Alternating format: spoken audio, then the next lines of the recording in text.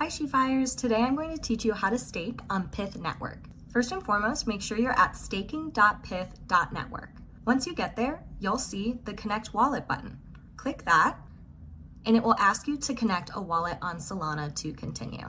I already have the Coinbase Wallet set up in my Chrome browser, but it also takes these other wallet options. We have helpful demos if you need assistance on how to create these wallets. It detects my Coinbase wallet already, that's a Chrome browser extension, so I'll click on that.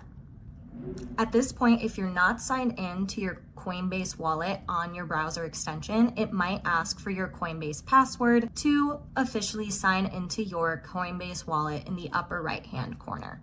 Since I'm already signed in, it took me to this page. You may have 0 tokens here, and what you'll need to do to stake on Pyth is add some. Hit add tokens and decide how many tokens you'd like to add. For this example, we'll do 1.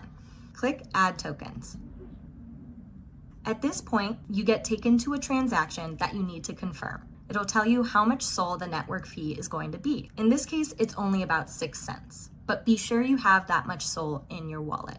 You'll get this message saying your tokens have been added to your stake account, and you'll see them up here at the total balance in the upper left. From there, to actually stake your tokens, you can go over here to Oracle Integrity Staking, and then you can scroll through this huge list of all of the different delegators where you can stake your tokens. You can look at the rewards, the fees, and then after doing your research, you can decide on which delegator you'd like to stake. For example, if we'd like to stake on Woo, we'd go to the right-hand side and click Stake. From here, you can choose the amount of PYTH token that you'd like to stake. I know I have 3 available to me, so I can type in 1 and then click Stake. Be sure you have a good amount of Solana in this wallet already just to make sure these fees are easily processed. I'll hit Confirm.